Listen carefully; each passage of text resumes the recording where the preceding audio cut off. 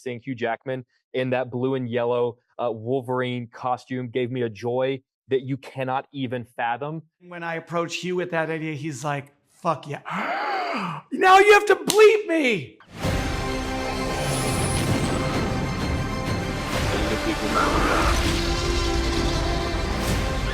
Where we're going, we don't need roads. I'm going to jump into this. Goes without saying, we all know the importance of knowing and understanding history. I always love the quote, those who do not remember the past are condemned to repeat it.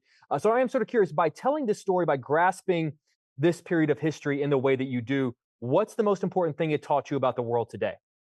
Boy, I mean, there's a lot of echoes between history and the world of today. This is a work of fiction, and it is set in World War II, and it's both an exploration of basically two young people who somehow protect their humanity during that inhumane time. But I think its themes resonate now. Literally today that we're talking to you, we have several wars raging in the world. We have a surge of hatred suddenly coming out of the shadows.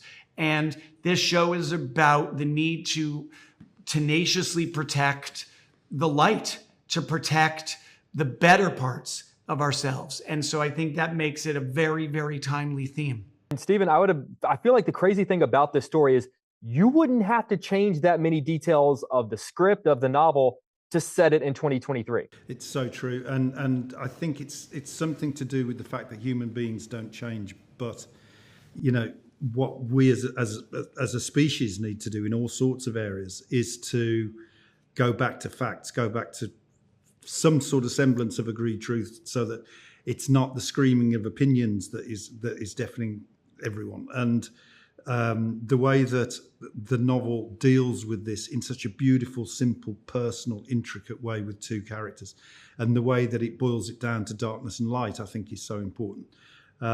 And as battles rage around the world right now, what are we doing? We're just writing TV shows.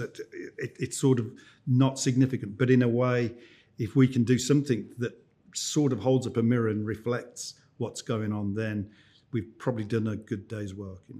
I agree with that. You mentioned the novel. I feel like more and more these days, I'm being convinced that sometimes a book adaptation just works better as a limited series because they're able to breathe. You're able to get in a lot more. You don't have to sacrifice as much. Is there a story each of you have told, a film you've directed, a script you've written, that looking back, not saying you regret or you wish you think it would have been better, but you just look and go, that would have worked as a limited series. Maybe if I'd had 10 hours to tell that story, we could have gone somewhere further. Well, I don't know about you, Steve. I'm happy that I don't have regrets. I have 1,000 regrets. And there's definitely 10,000 things I'd like to edit differently in several of my movies.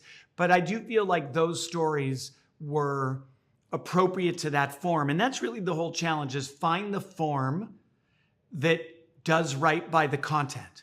And in this case, this is a 500 plus page Pulitzer Prize winning novel. Others tried and failed to turn it into a movie, but the limited series, which is such an opportunity for high quality, well-crafted, long-form storytelling, I think it's perfect for a novel adaptation.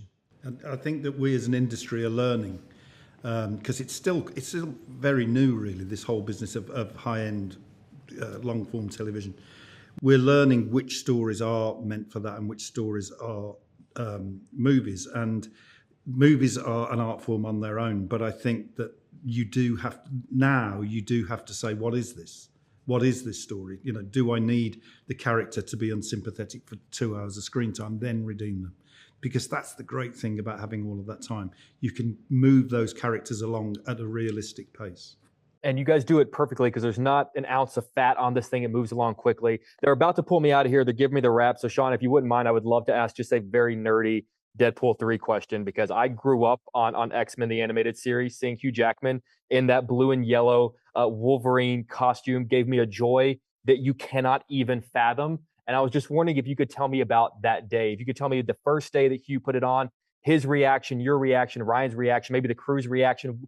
Just take me to that moment, because I would have paid my life savings to be there. Well, so I'm so happy that we were able to release that one picture before the strike paused production. I'm glad I made you that happy. It made a lot of us that happy. And I have to credit, I think this would have gone down this way anyway, but when we first told Kevin Feige that Hugh Jackman wanted to join the movie, my recollection is damn near the first thing he said was, okay, but let's go with the blue and yellow. Just tell me we're going with the blue and yellow.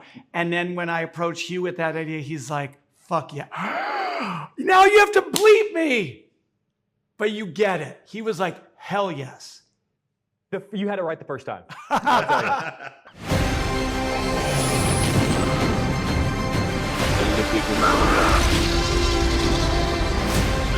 Where we're going, we don't need roads.